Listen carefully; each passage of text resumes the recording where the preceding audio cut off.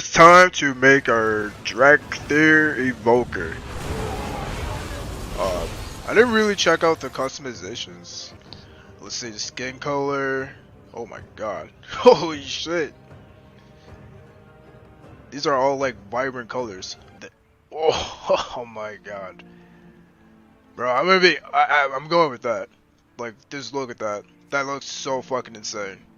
That's insane, bro. I'm not gonna lie, this kind of looks like a mixture of a human blood elf hybrid. I don't know why, but I feel like it really looks like a human blood elf hybrid. I'm trying to think.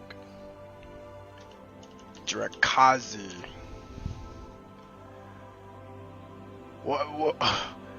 Are you kidding me?